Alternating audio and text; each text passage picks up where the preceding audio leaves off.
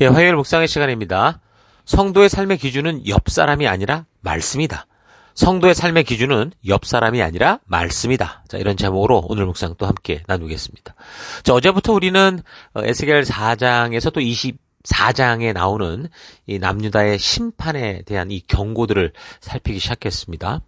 4장, 5장을 통해서 그래서 네 가지 상징, 토판, 누워있는 자세, 떡, 털 이런 걸 통해서 언약 백성들이 저질러 온 범죄의 대가가 어떻게 될 건가, 얼마나 끔찍한가, 온 열방으로 잡혀가는 하나님의 공의로운 심판이 반드시 이루어질 거다라는 걸 우리가 살폈죠. 자, 우리는 그래서 하나님의 이 공의에 대해서 잘 모르고 하나님을 사랑으로만 이렇게 대하고 알고 있는 경우가 대부분인데, 근데 그 사랑에 대해서도 어떻게 보면 바르게 모르는 경우가 많은 것 같습니다. 우리는 하나님의 사랑에 대해서 이렇게 오해하죠. 마치 깡패들이 편을 먹듯이 온 우주의 짱이 되신 이 하나님이 무조건 우리 편이 된 거다라고 생각을 하는 것 같아요. 그래서 어떤 식으로 내가 살아가든 우리가 요구하면 하나님은 무조건 우리의 기도를 들어주시고, 내가 어떻게 살아가든 하나님은 무조건 나를 이해하고 받아주어야 하는 분이다, 이런 식으로 생각을 하는 것 같아요. 그러나 성경의 역사를 통해 하나님께서 일하시는 이 모습을 보면, 그 중심, 그 의도를 보면 하나님의 사랑이 그저 이래도 오냐 저래도 오냐 하는 식의 그런 편애와 같은 게 아니라는 걸 분명히 알 수 있죠. 하나님의 사랑은 이 세상에 그 누구에게도 공평하고 정의롭고 공의의 바탕을 둔 그런 사랑인 것을 알 수 있습니다. 나를 위해 죽어주시고 목숨까지 주시는 희생의 사랑을 주시는 분인데, 그 희생이라는 게 바른 공의를 이루기 위한 거지, 하나님의 사랑은 그저 죄를 지었음에도 서로 잘 알고 네가 내 자녀니 어쩐 일에 가면서 그냥 대충 넘어가기 위한 그런 게 아니라는 거예요. 우리가 지금 살피는 에스겔서, 특히 이번 주간 다루는 4장에서 24장을 보면 바로 그런 공의의 바탕을 둔 우리 하나님이 어떤 모습인가를, 그 사랑을 우리가 분명히 볼 수 있게 됩니다. 그래서 우리가 정상적으로 에스겔서를 바르게 읽어간다면 하나님께서 얼핏 보면 분노와 가슴 아픈 심판을 너무 무섭게 외치는 것 같아 보이지만, 정말 잘못된 길로 가는 이 자녀들을 종아리를 때려서라도 데려오게 하고자 하는 그런 부모의 마음이다. 그런 하나님의 사랑을 만날 수 있게 되는 거죠. 자, 그래서 오늘 계속해서 6장, 7장을 보면 임박한 심판에 대한 원인과 그 불순종의 결과들을 이제 설교로 경고하면서 예언하는 것을 통해서도 하나님의 두려운 재앙과 심판의 소리가 가득 차 있어요. 근데 역시 이 안에 잘 보면 하나님의 사랑이 어떤 편애로 한쪽에 치우친 게 아니라 왜 그렇게도 온전할 수밖에 없는가라는 걸 분명하게 보게 될 겁니다. 6장 2절, 너 사람아 이스라엘의 산을 향해 너의 얼굴을 돌리고 그것들에게 내리는 나의 심판의 말을 선포해라, 이렇게 얘기를 합니다. 여기에서 지금 이스라엘의 산을 향해 예언하라라고, 거기에 심판을 선포하라라고 하는 거는, 그 이스라엘이 원래 지형적으로 이 큰 폭의 고도 차이가 나거든요. 그래서 사람들이 이제 더운 데 살기 힘드니까 선선한 곳에 살려고 대부분 산 위쪽에 집을 짓고 모여 살았던 겁니다. 그러니까 이 말은 저들의 삶의 또 곳곳에 지금 이 산당을 세우고 우상 숭배를 하며 그렇게 이미 모든 삶이 미신에 젖어 살아가는, 그러니까 하나님조차 우상으로 만들어버린 그런 삶을 살고 있는 그 백성들을 향해 지금 선포하라는 거죠. 이들은 심지어 예루살렘 성전에까지 자기의 욕심을 추구하는 우상 숭배를 했고, 그 예루살렘 성전에서까지 우상 숭배를 하고 또 그와 다를 바 없는 그런 짓들을 했다는, 이제 나중에 뒤에 보면 살피면 나와요. 그러니까 저들의 삶의 모든 게 하나님의 뜻대로 가냐, 불법과 불의한 삶을 살았기에 하나님이 지금 그 산을 향해 그 심판을 하고 선포해라, 이렇게 얘기를 하는 겁니다. 그래서 이제 결국은 칼이 쫓아다니면서 너희를 다 죽일 건데, 그 죽이는 칼을 피해 간신히 살아남았다고 해도 이방인에게 사로잡히게 될 거고, 그럼 그렇게 결국엔 다 뽀로로 잡혀가서야 지금 이들이 저지르고 있는 이 고집, 음란한 우상숭배, 자기 욕심, 자기 욕정대로 살려고 했던 이런 게 얼마나 잘못된 거구나, 하나님이 진실한 것이었구나라는 걸 깨닫게 될 거다라는 거죠. 그러니까 우상숭배라는 거는 결국 하나님의 말씀, 그의 명령과 규례, 약속을 모르고 제멋대로 살아가는 거예요. 여러분, 3살 된 애가 아무리 뭘 모른다고 해도 갓 태어난 동생을 시기한다고 그 손가락으로 눈을 찌를 수는 없잖아요. 그러니까 우리가 호주에서 살지만 호주 문화를 우리가 잘 모른다고 해서 내 마음대로 행동해 버린다면 또는 호주의 법을 모른다고 이걸 아예 어겨버리면 어떻게 돼요? 그건 이해받는 게 아니에요. 비난받고 법적 처벌을 받게 돼 있다고요. 아, 나는 한국에서 오른쪽으로 운전을 했어. 이래가면서 그렇게 운전을 했다가는 여기선 대형 교통사고로 다 죽게 되는 거 똑같은 거죠. 그러니까 하나님의 뜻을 모르는 게 우상숭배인 거고 하나님이 말씀해 주신 이 말씀의 가치대로 살지 않는 게 그게 죄라는 거예요. 그게 우상숭배라는 거죠. 그래서 교회를 다니며 하나님의 뜻을 안다고 하면서도 성경과 역사를 통해 하나님의 진정한 이 뜻을 바르고 온전하게 알지 못하고 자기 생각대로 자기가 상상한 하나님을 생각하며 살아간다면 그게 바로 자기 생각대로 자기 원하는 대로 안목의 정욕, 육체의 정욕, 이생의 자랑을 따라 그 유행 따라 세상 따라 사는 삶이라는 거예요. 그래서 결국 자기 생각과 욕심을 따라 마음대로 살아가게 되는 그게 바로 우상숭배다. 이 이야기를 하는 겁니다. 자, 그렇게 본다면 오늘 이 시대 속에 나타나는 우상숭배, 이 자기 욕심대로 사는 건 아주 극에 달아있는 걸 여러분 분명히 잘 보면 볼 수 있을 거예요. 성도가 자기 욕심대로 사는 것이 문제가 되는 게 뭐냐면 이 육체의 욕심을 따라 살고자 하는 게 바로 하나님이 창조하신 뜻과 대적하고 부딪히고 서로 거스르기 때문이라는 거죠. 갈라디아서 5장 17절. 육체의 소욕은 성령을 거스르고 성령은 육체를 거스르라니 이 둘이 서로 대적함으로 너희가 원하는 것을 하지 못하게 하려 합니다. 이렇게 얘기를 합니다. 그러니까 안타깝고 두려운 것은 갈라디아서가 이렇게 말해주면서 이런 현상이 어떤 거다라고 말하고 있는 그 죄악들이 오늘 이 시대, 우리가 살아가는 우리 시대의 이 젊은이들이 아주 뭐 자랑처럼 막 이렇게 떠들어대는 그런 것들이 있다는 거죠. 갈라디아서 5장 19절부터 여러분이 본성이 시키는 대로 육체의 욕망을 따라 살면 여러분의 생활은 다음과 같은 결과가 올 겁니다. 곧 더러운 생각, 육신의 쾌락을 찾는 마음, 우상숭배, 마술, 헐뜯음과 싸움, 질투와 분노, 언제나 자기 이익을 추구하는 일, 불평과 비판적인 태도, 자기의 작은 당파 외에는 모두 나쁜 것으로 인정하는 배타주의와 거기서 나오는 잘못된 교설, 시기, 살인, 술주정, 흥청대며 먹고 마시는 것 따위입니다. 전에도 말했지만 한 번 더 당부합니다. 누구든지 이런 생활을 하는 사람은 하나님 나라를 물려받을 수 없습니다. 그러니까 오늘 이 시대 문화가 죄가 아니라고 하고 많은 젊은이들이 추구하고 즐거워하는 것들이 지금 여기대로 보면 전부 죄에 해당되는 거죠. 여러분 이런 사실을 잘 기억하시고 깨어있는 우리가 되어야 됩니다. 우상숭배란 하나님의 진정한 뜻을 알지 못하고 본성이 원하는 대로 육체의 소욕과 정욕과 욕심을 따라 살아가는 것이라는 거 잊지 마시고 힘써 우리가 하나님의 뜻을 알아가고 이 성경과 역사를 바르게 알아서 이걸 통해 우리의 본성을 절제하고 다스릴 수 있는 우리의 바른 이 하나님 나라로서의 이 백성으로서의 정체성을 갖는 우리가 되기를 바랍니다. 자, 그래서 6장을 통해 알 수 있는 것은 나라가 불순종함으로 바벨론에 의해 지금 2번이나 침략을 당해서 끔찍한 일을 겪으면서도 지금 먹고 살만한 사람들, 권세진 자, 돈 있는 자, 이런 사람들이 의리의리한 뭐 고층 펜트하우스에 거하면서 거기다 우상산당 만들어 놓고 자기 욕심껏 살며 그렇지 않은 사람들을 짓밟고 빈익빈 부익부 현상을 만들었다. 바로 이런 얘기를 하는 거죠.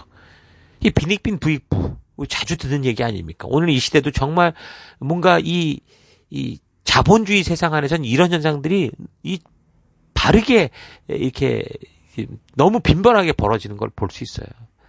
잘 기억해야 됩니다. 자, 7장에는 그래서 그 결과로 하나님의 심판이 임박했다라는 걸 선포하죠. 7장 5절 주 여호와께서 이같이 이르시되 재앙이로다 비상한 재앙이로다 볼지어다 그것이 왔도다 끝이 왔도다 끝이 왔도다 끝이 너에게 왔도다 볼지어다 그것이 왔도다 이 땅 주민아 정한 재앙이 너에게 임하도다 때가 이르렀고 날이 가까웠으니 요란한 날이 산에서 즐거이 부르는 날이 아니로다. 그러니까 유다가 완전히 멸망하는 시기가 BC 586년이니까 여기서 말하는 지금 이 임박한 이 재앙의 끝날 언제를 말하는 겁니까? 지금 뭐 그 포로로 잡혀온 지 5년째 불을 받았고 6년째 이런 선포를 한다면 이제 불과 뭐 5년밖에 남지 않았다라는 거예요. 지금 나라가 바벨론에 짓밟혀서 2번씩이나 그런 이 끔찍한 일을 당했음에도 결과적으로 이 시드기야 왕을 비롯한 이 유다에 남은 이 고작 이 고관 대작들과 먹고 살만한 유다 백성들은 이런 선자를 통한 하나님의 말씀을 믿지 않고 계속해서 괜찮을 거야 라고 외치는 이 거짓 선지자들의 말, 다시 말하면 긍정의 말을 가지고 과거에 하나님이 하신 일을 아무거나 떼다 붙여 쓰는, 그러니까 자기가 듣고 싶은 말을 하는 그런 말을 들으면서 스스로 안심시키며 살았던 거죠. 근데 요즘도 우리가 이 말세지만이라는 말, 이 말세다 말세다 이런 말 많이 듣는데, 근데 사실 그런 말은 많이 하지만 정말 마치 우리는 뭐 종말과는 전혀 상관없는 그런 삶을 살아가는 모습을 많이 봅니다. 그러니까 성경을 역사적으로 살펴볼 때 알게 되는 건 이 종국사적인 정말 마지막 예수님의 재림이 임하는 역사의 종말은 뭐 곧 다가온다고 해도 그렇게 빨리, 그러니까 우리 시대에 분명히 오진 않아요. 그건 분명해요. 그러나 인간 각 개인적으로 볼 때는 어때요?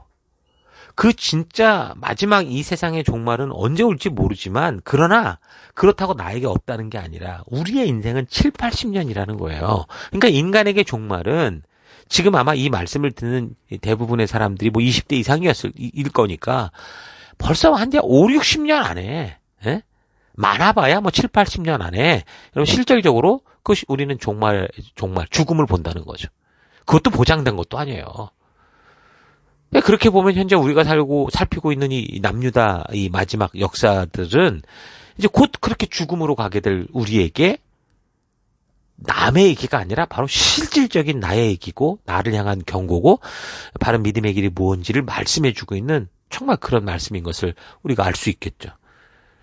여러분, 그러므로 하루하루 우리가 살아갈 때 마치 내 생애에는 이 마지막 종말이 없는 것처럼 그렇게 살지 마시고, 오히려 주의 심판의 날이 임박했다, 내가 언제든 그 분의 앞에 설 수 있다라는 이런 그 영적인 깨어 있음을 가지고, 이런 지혜를 가지고 우리가 이 에스겔서를 읽어가면서 더 통찰력 있는 하나님의 마음을 만날 수 있기를 바랍니다. 자, 계속해서 이제 8장에서 11장은요, 그런 와중에 하나님을 또 오해해서 우리가 왜 이렇게까지 지금 하나님의 심판을 받아야 되냐, 이렇게 따지는 사람들이 있었어요. 그래서 그런 사람들에게 여기가 왜 이런 지경인지, 그 예루살렘, 그러니까 말하자면 하나님과의 언약의 어떤 핵심적인 곳 아닙니까? 거기가 지금 어떤 상태인지, 왜 심판을 받을 수밖에 없는지, 이제 거기에 대해서 또 환상을 통해 얘기를 해줍니다. 이때가 이제 6째 해라고 얘기를 하는데, 에스겔이 포로된 후 6년째 되는 거니까 BC 591년쯤 되는 거죠.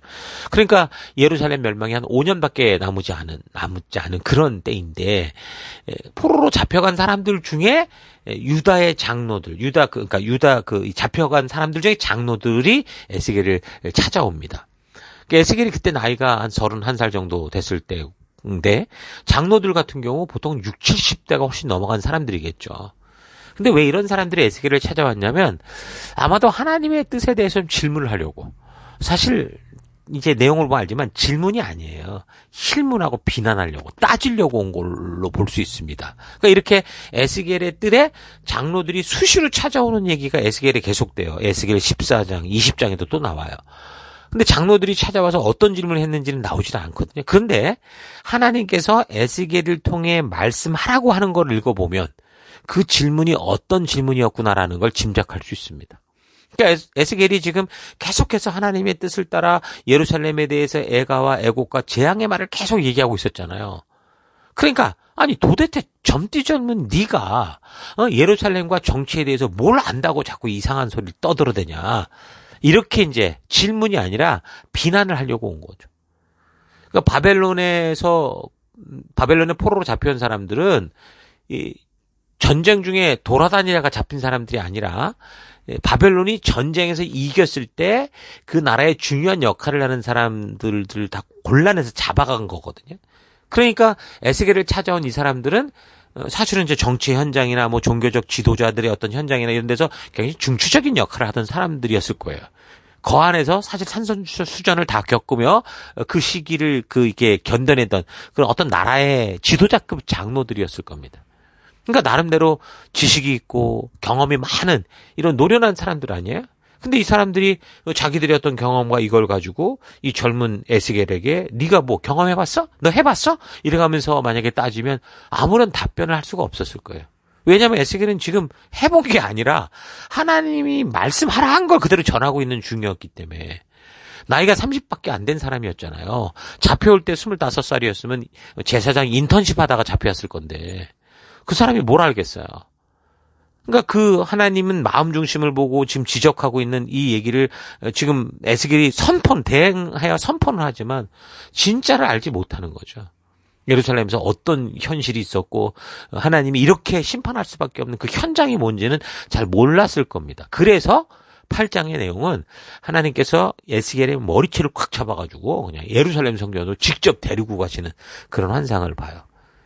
지금 성전 그래서 곳곳에 보이지 않는 그 구석구석에서 벌어지고 있는 그 죄악의 그 현실을 쫙 다 드러내시죠. 8장 3절. 그가 손 같은 것을 펴서 내 머리털 한 모순을 잡으며 주의 영이 나를 들어 천지 사이로 올리시고 하나님의 환상 가운데 나를 이끌어 예루살렘으로 가서 안뜰로 들어가는 북향한 문에 이르시니 5절. 그가 내게 이르시되 인자야 이제 너는 눈을 들어 북쪽을 바라보라 하시기로 내가 눈을 들어 북쪽을 바라보니 제단문 어기 북쪽에 그 질투의 우상이 있더라. 그러니까 지금 하나님이 머리채를 데리고 가서 지금 예루살렘 성전의 그 현실을 보여주는 거예요. 제일 먼저 데려가는 곳이 예루살렘 성전에서 북쪽을 향한 문이었는데 인간들이 지금 뭐라는 거예요? 성소에까지 와서 하나님이 눈 뜨고 볼 수 없는 가증한 일들을 하고 있었다. 이렇게 분명히 얘기를 하고 있죠. 그러니까 욕심에 이렇게 눈이 멀어버리면요. 이 자기 욕심이 이게 충족될 때까지 바닥을 쳐도 모르잖아요. 바닥을 칠 때까지. 그래서 예를 들면 성욕이 가득 차버리면 그 욕구를 풀기까지 다른 게 보이질 않아요. 그래서 막 이 미디어, 뉴스 자료에 보면 사람을 막 겁탈하는 일들이 나오고 또 심지어 어떤 데는 남녀가 뭐 동영상 하던, 관계를 갖던 걸 동영상으로 찍어놓고 그리고 나중에 헤어지면서 이걸 뭐 인터넷에 폭로하고 난리 나잖아요. 근데 그때는 어떻겠어요? 처음에 그들이 성욕에 사로잡혀서 그게 사랑인 줄 알고 서로의 몸을 탐닉할 때는 몰랐다가 결국에는 이렇게 그 욕심이 다 바닥칠 때 이제 정신이 드는 거죠. 그러니까 지금 에스겔이 보는 거는 다른 게 아니에요. 다른 곳이 아니라 지금 성소예요. 성소를 보고 있는 거예요. 그러니까 오늘날로 말하면 교회의 정말 내부 사정을 보고 있는 거죠. 하나님과의 관계가 바르게 세워지고 하나님께서 말씀하신 그 뜻과 법도와 규례와 명령을 바르게 전파하고 알게 하고 그 장소, 그 교회. 그런데 바로 그 성소, 그 교회에서 지금 하나님 보여주시는 이 일들이 벌어지는 거예요. 교회에서 저럴 수 있을까? 목사가, 장로가 저럴 수 있을까? 성도가 그럴 수 있을까 말하지만 여러분 욕심에 빠지면 충분히 그럴 수 있어요. 성도, 목회자라도 돈 욕심에 빠지면 교회에서 사기치는 장소, 교회 돈을 마음대로 자기 마음대로 쓸 수도 있어요. 성도, 목회자라고 해도 정욕에 빠지면 교회도 음욕을 행하는 장소가 된다는 거죠. 그러면서도 그런 정욕과 욕심에 찬 행동들을 얼마든지 뭐 성경을 동원해서 정당한 듯 합리화해버리는 거예요. 이단들이 하는 짓거리가 다 그거 아닙니까? 전부 결국에는 돈하고 여자 그 몸 탐닉하는 그런 짓거리로 가잖아요. 하나님께서 지금 에스겔에게 그런 거룩함을 세워야 되는 예루살렘 성전에서 일하는 교회의 중추적인 사람들이 지금 그 마음속으로 어떤 삶을 살았는지 바로 그 적나라한 현실을 보여주는 거예요. 예배를 인도하고 교회의 중요한 일을 감당하고 있는 사람들, 하나님이 맡기신 백성들을 바른 길, 의의 길, 말씀의 길로 인도하는 사명을 맡은 그 제사장, 서기관, 뭐 장로, 리더, 이런 사람들이 지금 어떤 마음과 어떤 태도를 가지고 어떻게 살아가고 있는지 그들의 마음 깊은 곳을 아주 하나같이 다 드러내서 보여주시는 겁니다. 그런 예루살렘의 지도자, 제사장, 목사, 리더들을 보통 이제 우리 오늘날도 그냥 교회에 뭐 우리가 학교 다닐 때 선생님은 막 화장실도 안 가는 막 신급 어떤 계열로 보이잖아요. 그러니까 교회 오면은 목사, 전도사 뭐 이런 리더들이 그러 보인다는 거죠. 거룩하고 뭐 하는 것마다 뭐 늘 뭐 아멘 할렐루야 이래가면서 정말 엄청난 뭐 하나님과 동기동창 같아 보이는데 그런데 지금 하나님은 그들의 중심에는 정욕과 탐욕이 가득 차서 결국 하나님과의 만남의 장소인 이 성전에까지 와서 교회까지 와서 우상을 음란하게 섬기고 있는 그 현실을 그대로 보여준 겁니다. 계속해서 더한 죄악들을 고발하시는데 8장 7절 그가 나를 이끌고 뜰 문에 이르시기로 내가 본즉 담에 구멍이 있더라. 그가 내게 이르시되 인자야 너는 이 담을 헐라 하시기로 내가 그 담을 허니 한 문이 있더라. 또 내게 이르시되 들어가서 그들이 거기에서 행하는 가증하고 악한 일을 보라 하시기로 내가 들어가 보니 각양 곤충과 가증한 짐승과 이스라엘 족속의 모든 우상을 그 사방 벽에 그렸고 이스라엘 족속의 장로 중 70명이 그 앞에 섰으며 사반의 아들 야아샤나도 그 가운데 섰고 각기 손에 향로를 들었는데 향연이 구름같이 오르더라. 그러니까 성소에 비밀한 방이 있는데 그걸 보니까 거기에 장로 70명이 있고 뭐 사반의 아들 야아사냐라고 하는 이 사람도 있었다라는 거예요. 이 사반은 뭐냐면 이 사람은 요시야 왕 때 그 율법서를 읽어주던 서기관 사반, 그러니까 말씀을 다루던 사람이다 그 말인 거예요. 그러니까 백성들이 지도자요 하나님 앞에 설 수 있는 거룩한 리더라고 할 수 있는 이 70인의 장로들 그리고 그래도 경건할 줄 알았던 말씀을 맡았던 사람들 서기관들까지 그들의 그 자녀들까지 다 뭐라는 거예요. 우상 숭배에 빠져 있다는 거죠. 장로들은 지금 에스겔에게 와서 하나님께 뭐 자기들이 뭘 얼마나 잘못했게 뭐 이러냐 큰 소리 치지만 지금 하나님이 보여주시는 그들의 그 예루살렘 지도자 목사 장로 리더들의 그 현실은 마음 구석구석마다 이런 추악하고 음란으로 가득 찬 우상 숭배에 젖어 있는 그런 모습이었던 겁니다. 그러니까 하나님의 성전, 이 교회가 더럽혀지는 것은 교회 자체가 더러워서가 아니에요. 교회와 가정은 하나님이 직접 세우신 너무 소중하고 거룩한 공간이에요. 그런데 바로 교회를 나오는 사람들, 거기에 초대받은 사람들의 마음에 욕심과 탐욕과 욕정이 가득 차 있다 보니까 그 하나님의 성전, 교회, 가정이 더럽혀지는 거죠. 하나님이 직접 세우신 이 가정과 교회, 거룩한 곳이라는 거 잊지 마십시오. 이 세상과는 전혀 다른 하나님이 직접 세우신 하나님의 나라를 이루어가는 그 생명들이 태어나고 자라는 너무 중요한 곳입니다. 근데 왜 그런 교회가 더럽혀지는가? 그것은 바로 사람들이 거룩하게 살지 않고 세상처럼 살아가면서 세상을 그대로 흉내내고 있기 때문에 그러는 거예요.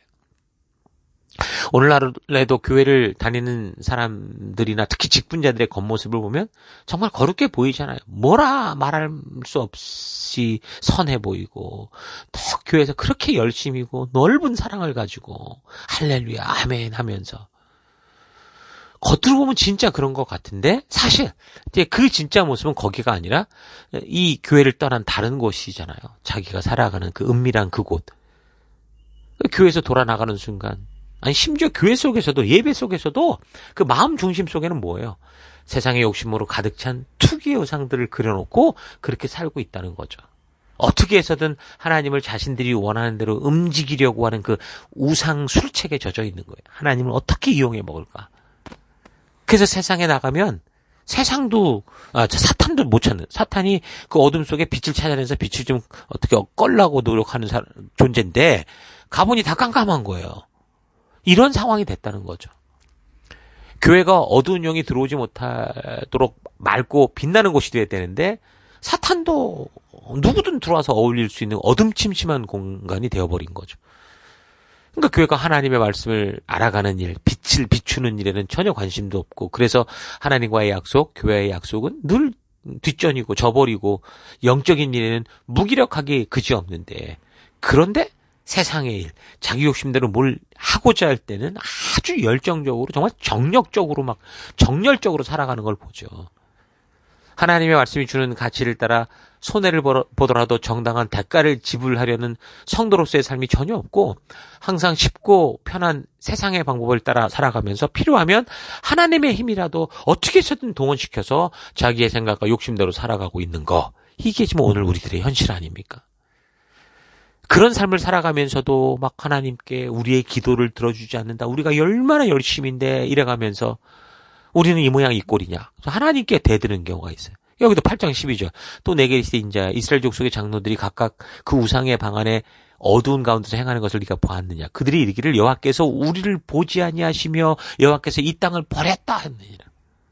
그러니까 일상에서 하나님의 말씀을 예사로 외면하는 삶을 살아가는 자기들의 이런 죄는 전혀 돌아보지 않고 내가 요구하는데 왜 하나님이 안 움직여. 이렇게 하나님 원망하고 탓하고 있더라는 거죠. 하나님께서 에스겔에게 이런 예루살렘의 현실을 보여주지 않으셨다면 그 노련한 이 장로들 앞에서 에스겔도 아마 혼란에 빠졌을 거예요. 너무 거룩해 보이니까.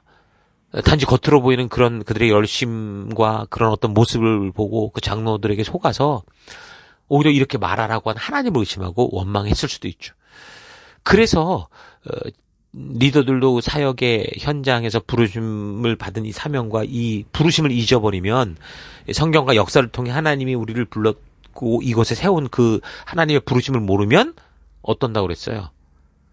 거짓 죄책감에 속는다고 그랬잖아요. 지난 시간 우리 분명히 살핀 거 아닙니까? 자, 이런 사실 잊지 마시고 오늘 과연 나는 어떤 길을 걷고 있는지 좀 깊이 되돌아봤으면 좋겠습니다. 그래서 오늘 하루 나 또한 에스겔을 찾아온 장로들처럼 스스로의 의에 취해서 이미 하나님께서 가게 하신 길과는 동떨어진 그런 삶을 살아가고 있음에도 불구하고 누구나 다 그렇게 살고 있다는 생각으로 스스로 안심하고 하나님께 따지고 따지고 드는 그런 삶을 살고 있지는 않은가 좀 되돌아봤으면 좋겠어요. 우리가 비교하고 닮아가는 기준이 옆 사람이 아니고 성경의 말씀이다라는 걸 잊어버리면 우리는 금세 하나님의 말씀이 기준이 되는 그런 삶이 아니라 남과 비교하는 삶에 빠져서 스스로 교만한 삶을 살아가면서도 그것을 감각하지 못하는 그런 존재가 될 수 있습니다. 화인 맞은 양심이 될 수 있어요. 세상에서 방황하는 사람들은 자기를 죄인이라고 종종 말하는데 우리 그렇지 않고 교회에 늘 거하고 뭐 예배 꾸준히 나오는 이런 사람들 보면 주변에 직분자라 불리는 이런 사람들 보면 오히려 자신들이 의인이라고 착각하는 지금 여기 에스겔을 찾아온 장로들과 같이 이런 함정에 쉽게 빠질 수 있는 거죠. 내가 비교하는 세상에 비하면 나는 그래도 괜찮아 보인다고 생각을 하니까. 그러나 오늘 하나님께서 재앙과 심판을 외치는 그 대상은 세상이 아니라는 거예요. 바로 예루살렘 성전을 지키고 있는 사람들, 사명을 맡았던 사람들, 언약 백성들이라는 걸 잊지 마십시오. 하나님께서 그런 사람들이 성전에 가득하기에 당신이 그 성전을 이제는 떠나겠다라고 선포하시는 거예요. 교회당 건물의 이야기가 아니라 교회당을 채우고 있는 사람들, 그 성도들의 상태가 하나님의 말씀을 무시하고 온갖 세상의 우상들을 마음 중심 은밀한 곳에 그렇게 모시고 살고 있기 때문에 이제 하나님이 떠나겠다라고 하시는 거예요. 이미 이사야 선지자를 통해 말씀하셨던 거죠. 이사야 1장의 얘기가 그 얘기 아닙니까? 여호와께서 말씀하시되 너희의 무수한 재물이 뭐 소용이 있냐? 수염새 피를 나 기뻐하지 않는다. 너희는 내 마당만 밟는다. 그래도 이때까지만 해도 하나님이 그 성전에서 제발 이러지 말자 이렇게 얘기를 했는데 이제 에스겔서를 보면 너무 충격적인 게 하나님이 이 성전을 떠나는 거예요. 이사야 선지자는 그 BC 745년에서 695년에 활동을 했던 선지자니까 에스겔의 활동 시기로 보면은 200년 전에 활동했던 사람이라는 거예요. 그러니까 벌써 하나님께서 좀 200년 전부터 계속해서 이런 사람들에 대해서 경고하시고 바른 길로 돌아오게 하시고 성전에서 이러지 말라 하셨는데 결국은 이것을 고집하다가 하나님이 떠나시는 이런 일이 생긴 거죠. 그래서 여러분 우리도 이 하나님의 경고를 오늘 우리에게 말씀하시는 그런 경고로 우리가 받아들인다면 우리에게는 지금 이미 2700년 전에 지금 하나님이 이미 지금 이걸 보여주신 거 아니에요. 하나님께서 마음의 중심의 변화를 우리에게 말씀하고 도전하고 나아가라고 하시고 계신다라는 거 우리가 분명히 알게 될 겁니다. 자, 이런 사실 잊지 마시고 오늘 하루 우리 주님 앞에서 나를 고집하는 인생이 아니라 나를 철저히 변화시키는 진정한 언약 백성 된 삶을 살아가는 여러분 될 수 있기를 주의 이름으로 축원합니다. 오늘 하루도 힘내십시오. 잠시 기도하겠습니다. 하나님, 나를 변화시키려 함이 아니라 하나님을 변화시키려 하며 살아왔던 삶 회개합니다. 하나님의 말씀이 삶의 기준이 되어야 되는데 옆에 살아가는 사람들, 그것도 그릇된 길을 가는 이들과 나를 비교하며 상대적으로 괜찮은 것을 바른 의인 줄 알고 하나님 앞에서 따지고 남을 정죄하며 살아온 것 회개합니다. 이사야 선지자를 통해 터져나왔던 하나님의 진심의 소리를 기억하면서 몸만 교회당 건물을 찾아다니는 존재가 아니라 진실한 마음, 그 말씀대로 나를 변화시키는 의지를 가지고 우리 주님 앞에 나아가는 내가 되기를 원합니다. 나의 삶의 기준은 절대로 이 세상에 보이는 것이 아니라 하나님이신 말씀이라는 것 잊지 않고 오늘 하루도 이 말씀의 기준을 따라 살아가는 내가 되기를 결단하며 감사드리고 예수님 이름으로 기도했습니다. 아멘.